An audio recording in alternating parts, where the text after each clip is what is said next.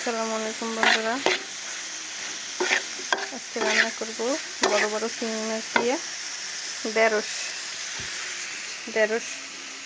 একটু লম্বা সাইজে কেটে রান্না করব।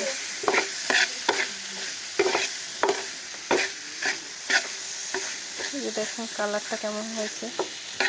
চিংড়ি মাছের সাইজ দেখেন বন্ধুরা, বিশাল বিশাল বড় চিংড়ি মাছ।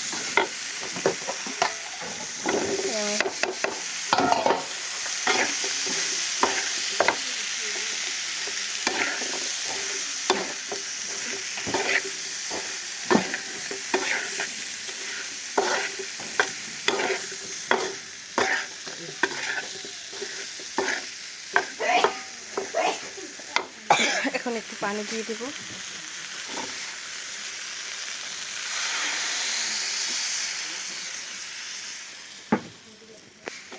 হয়ে আসলে আমি সেদ্ধ হয়ে পানিটা কমে গেলে উঠিয়ে নিব।